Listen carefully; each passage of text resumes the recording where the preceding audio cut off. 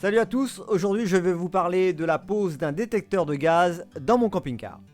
Comme vous l'avez vu, j'ai démonté le frigo et au cas où, même si j'ai bien vérifié, on est à l'abri de rien, je préfère avoir ça pour m'être serein. J'ai deux enfants qui sont juste à côté de toutes les alimentations de gaz, c'est-à-dire mon radiateur, le boiler avec la prise ici, là-bas un peu plus loin, avec le frigo qui est juste là. Donc c'est les enfants qui seraient les plus à même d'avoir un problème. Donc je préfère me préserver et installer ce petit détecteur. Mais le souci c'est que nulle part on nous dit il faut le mettre à 30 cm du sol parce que le propane est un gaz lourd, ou à 50 ou à 1 mètre.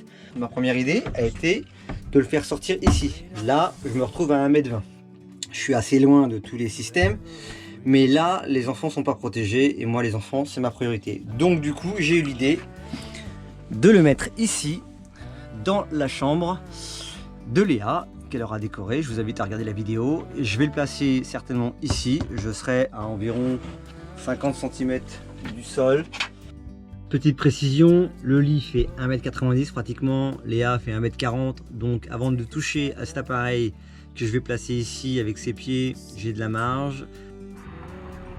J'ai donc vérifié avec mon petit appareil si j'avais bien ma bande positive et négative et mon 12 volts, ce que j'ai eu. J'ai préparé mes fils, j'ai fait une petite décosse. J'ai été me chercher un fil. Là, je me suis pas embêté à aller acheter ou quoi que ce soit. J'ai pris un fil de chargeur de téléphone. Voilà, suffisamment long. Il doit faire au moins 2 mètres. J'ai installé d'Écosse, rouge pour le rouge et noir là pour mon fil blanc qui est neutre mais qui va devenir noir également pour le petit boîtier. Et donc je vais vous installer tout ça tranquillement. Au début j'ai eu l'idée de venir chercher mon plus positif ici, mais toucher à ça c'est faire des bêtises. Donc j'ai eu l'idée de démonter mon cache où se trouvent mes arrivées d'électricité pour ma télévision et mon décodeur TNT. De là, j'ai remarqué qu'avec ma prise à cigare, j'avais donc le fil pour le décodeur. J'ai remarqué que j'avais la prise. J'ai remarqué donc j'avais le plus et le moins et qu'il me restait des cosses, des emplacements de cosses valides qui pouvaient me permettre d'installer donc mon détecteur. Le fil sur le bouton, la cosse, une cosse, deux cosses.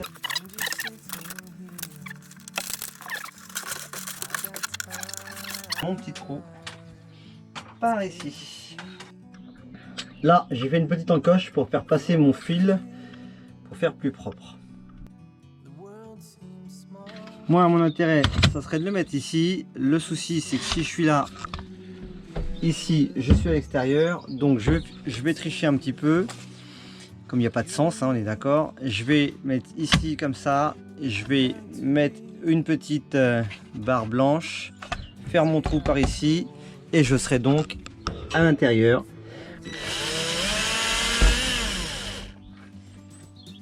Je fais en sorte pour placer mon détecteur que le système de détection, celui-ci, soit le plus à l'extérieur possible, que mes fils soient droits pour pouvoir justement aller à l'alimentation. Voilà, on va faire un test tout de suite pour être sûr. Hop, en direct, je vous fais le test. On allume tout.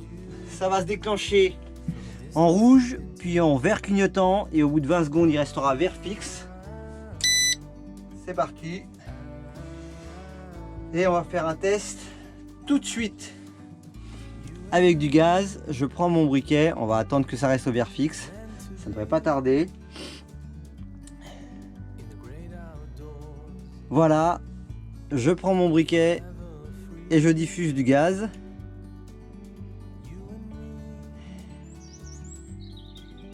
Alors est-ce que j'ai encore du gaz dans mon briquet? Je pense que oui quand même. Et voilà. Donc avec le gaz ça fonctionne. Tant que l'air n'est pas purifié et reste en alarme. Donc cet emplacement est bien quand on n'a pas besoin de la soute. Malheureusement, moi j'ai acheté un Mobix et j'ai eu besoin de ma soute. Donc, j'ai dû démonter le détecteur de gaz. Donc maintenant que j'ai démonté ce détecteur, où est-ce que je vais pouvoir le mettre? Alors, ici c'est plus possible, là encore moins. De ce côté-là, c'est pas possible non plus, il y a la porte. Là, on est trop près de l'arrivée de gaz. Là, il faut rester à 30 cm du sol. Là, j'étais déjà à 50-60, ce qui n'était pas bon, donc on va essayer de redescendre. Je pense que la meilleure position à 30 cm du sol restera là, au bord du placard d'accès à la soute.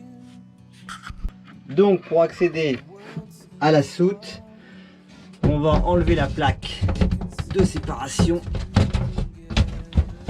qui mène au tableau électrique. Donc je pense que je vais passer mon fil par ce petit trou là, ici mettre des petits cavaliers propres, que la sonde de dissection soit dans les 30 cm, les 30 cm c'est là, elle est bien, et donc faire plus ou moins que ce soit symétrique par rapport à ça, pas trop près d'ici. Donc je pense que ici je vais faire mon trou pour aller derrière ici, pour passer mon fil qui ira directement se brancher là.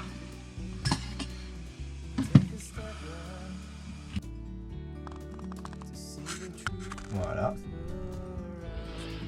Dans la soude, donc j'ai fait passer mon fil par ce petit orifice là qui passe derrière et qui est caché par les gros tuyaux. Ma petite gaine et mon nouveau trou. Voilà, c'est propre. Et je retrouve une vraie soute. Et voilà, ma fille retrouve sa chambre de princesse. J'ai bouché les trous avec des petites décorations, ni vu ni connu. C'est quand même sympa. Voilà, j'espère que cette petite vidéo d'explication de montage vous aura plu. On n'appellera pas ça un tuto parce que je ne suis ni électricien ni un spécialiste du gaz. Cependant, ce petit accessoire n'est pas cher du tout et peut vous sauver la vie. Moi, j'ai trouvé important de le placer dans mon camping-car. Je tiens à remercier le forum du camping-car justement et Charlie pour tous ses bons conseils, pour sa boutique dans laquelle je me suis procuré ce détecteur. Donc n'hésitez pas à laisser un commentaire, un petit like, à vous abonner si cela vous intéresse. Je vous retrouve moi dans les derniers épisodes de la rénovation de ce camping-car. Je vous dis à très bientôt.